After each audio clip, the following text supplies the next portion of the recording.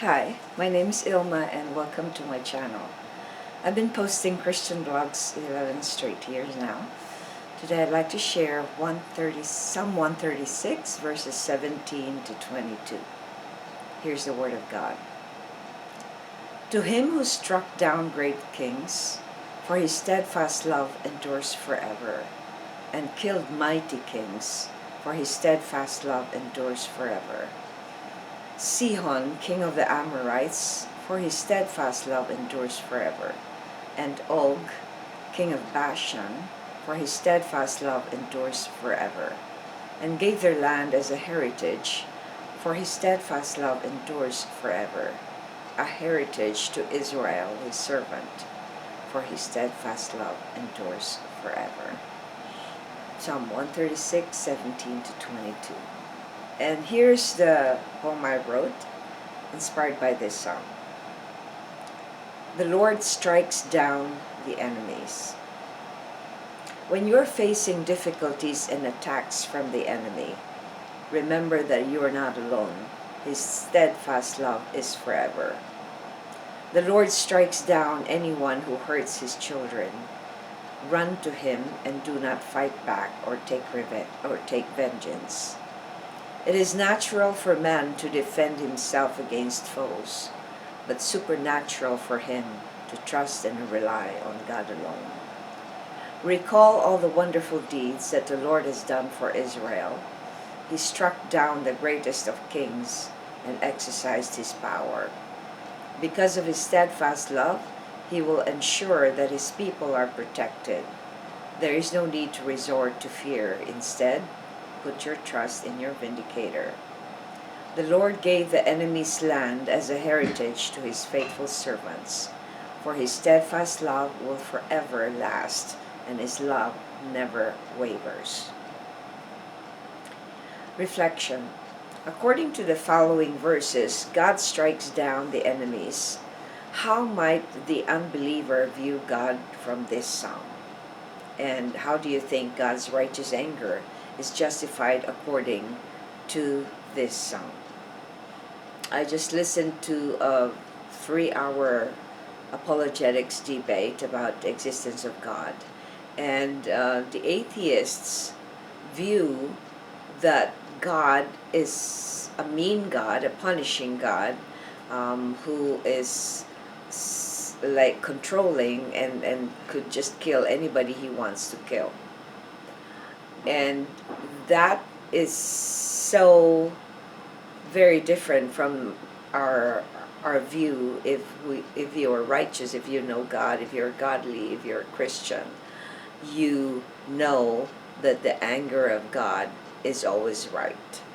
So in this psalm, we see that God strikes down the enemy, like the king of Bashan, Og, and the king of the Amorites, Sihon.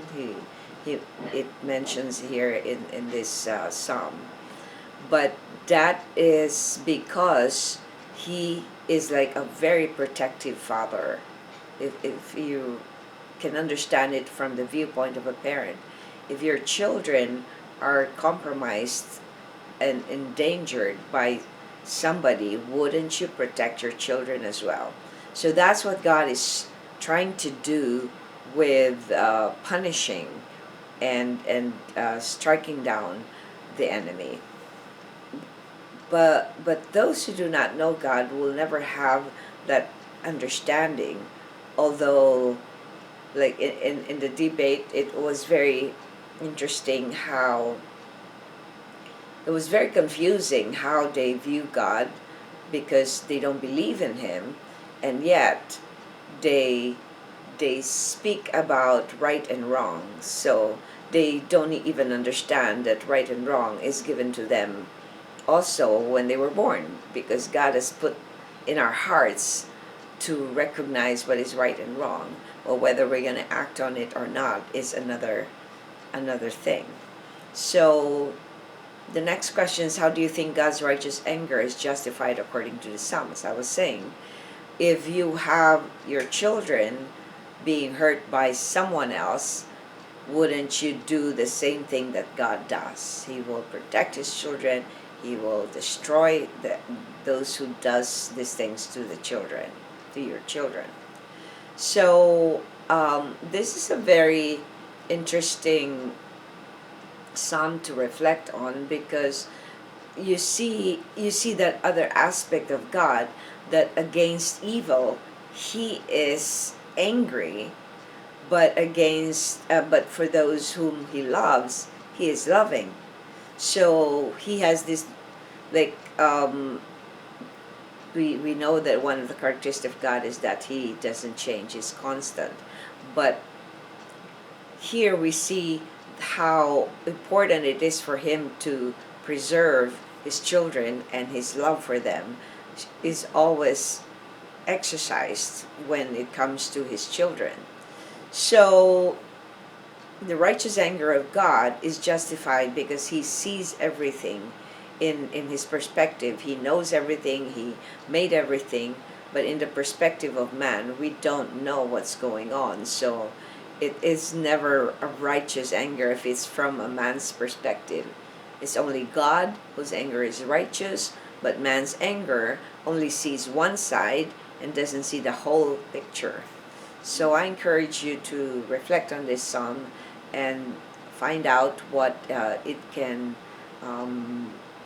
it can give you some reflection and meditation on how we defend ourselves easily, and how we need to go to the Lord when we are being oppressed or attacked or put down by the enemy. Thanks for watching. I hope you check my website at ilmaarts.com for artworks, photographs, and a copy of this blog. Please subscribe to my channel on YouTube so I could make more videos for the Lord. Thanks for watching.